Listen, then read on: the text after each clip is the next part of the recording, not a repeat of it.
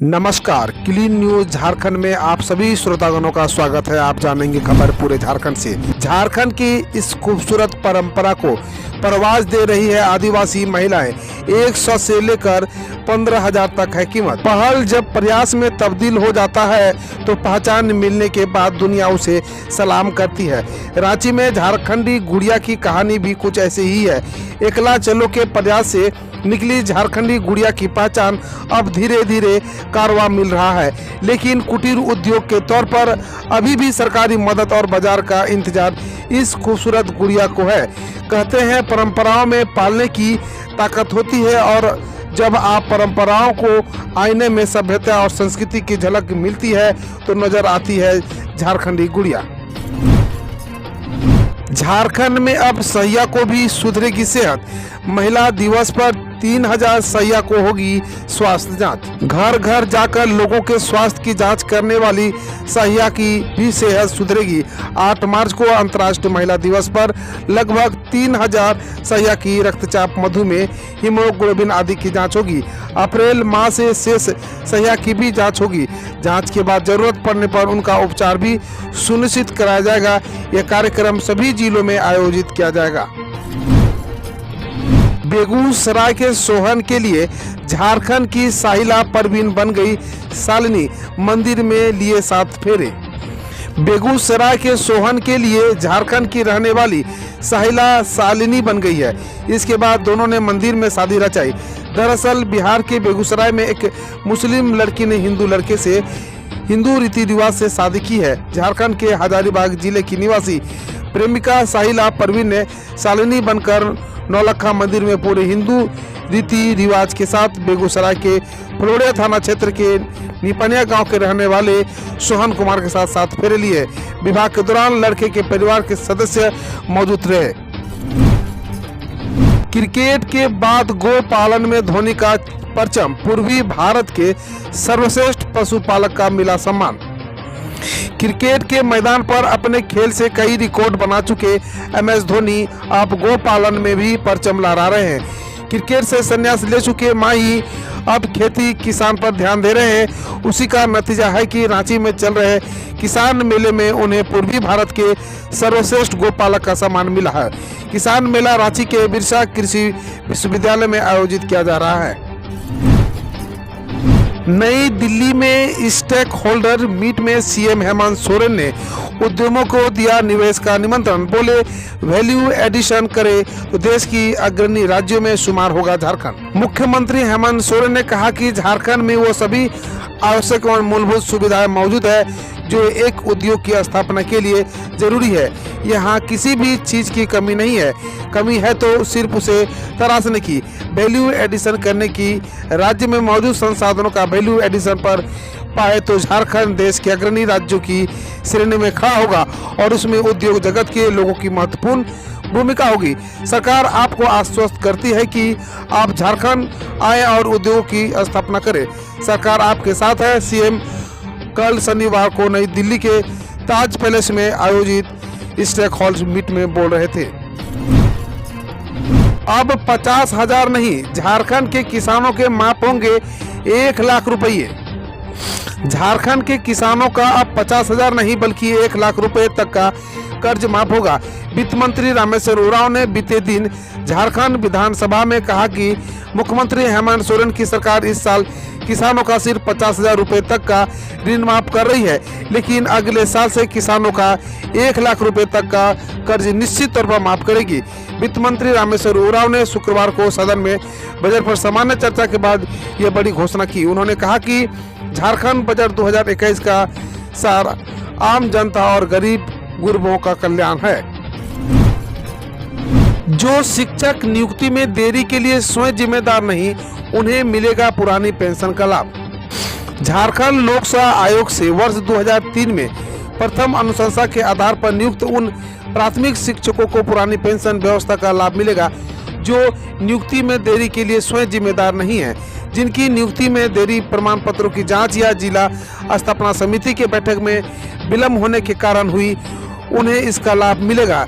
झारखंड उच्च न्यायालय के आदेश पर स्कूली शिक्षा एवं साक्षरता विभाग ने इस संबंध में अधिसूचना जारी कर दी है। झारखंड को लेकर यूनिसेफ की चौंकाने वाली रिपोर्ट। 95 कुपोषण उपचार केंद्र के बावजूद 43% बच्चे हैं कुपोषित। प्राकृतिक संसाधनों में धनी राज्य झारखंड के कुपोषण के मकड़ा जाल में फंसा है। यूनिसेफ की कुपोषण को लेकर झारखंड की रिपोर्ट चौंकाने वाली ही नहीं बल्कि परेशान करने वाली भी है। किसी भी देश और राज्य का भविष्य कहे जाने वाले बच्चे ही जब कुपोषण का शिकार हो जाए तो फिर भविष्य पर प्रश्न चिन्ह लगना स्वाभाविक है। 43% बच्चे के वजन कम पाने वाले हैं। झारखंड में 43% बच्चे कुपोषित है, जो करीब 55% महिलाएं एनेमिक है। कुपोषण में भी 29-30% बच्चे गंभीर रूप से कुपोषित है और उन्हें तत्काल एमटीसी में भर्ती कराने की जरूरत है। रिपोर्ट के अनुसार झारखंड में कुपोषण के चलते जहां बच्चे नाटे हो रहे हैं, वहीं उनका वजन भी नहीं बढ़ रहा है। सरयू राय ने हेमंत सोरेन सरकार पर दागे सवाल।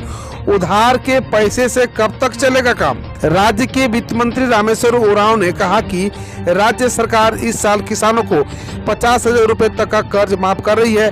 अगले साल 1 लाख रुपए तक का कर्ज माफ करेगी। वित्त मंत्री शुक्रवार को बजट पर सामान्य चर्चा के बाद सरकार के जवाब के क्रम में यह घोषणा की है। वित्त मंत्री ने कहा कि बजट का सार काम जनता और गरीबों का कल्याण है। इसका उद्देश्य ही डिस्ट्रीब्यूशन ऑफ इनकम है। ऐसा नहीं है कि बजट किसी पदाधिकारी ने बना दिया और उन्हें पढ़ दिया।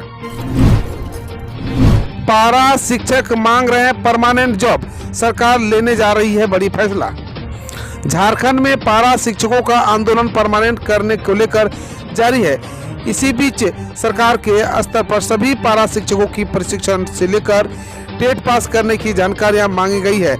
संभवतः है कि जल्द ही पारा शिक्षकों के बारे में मुख्यमंत्री हेमंत सोरेन की सरकार कोई बड़े फैसला का ऐलान करे।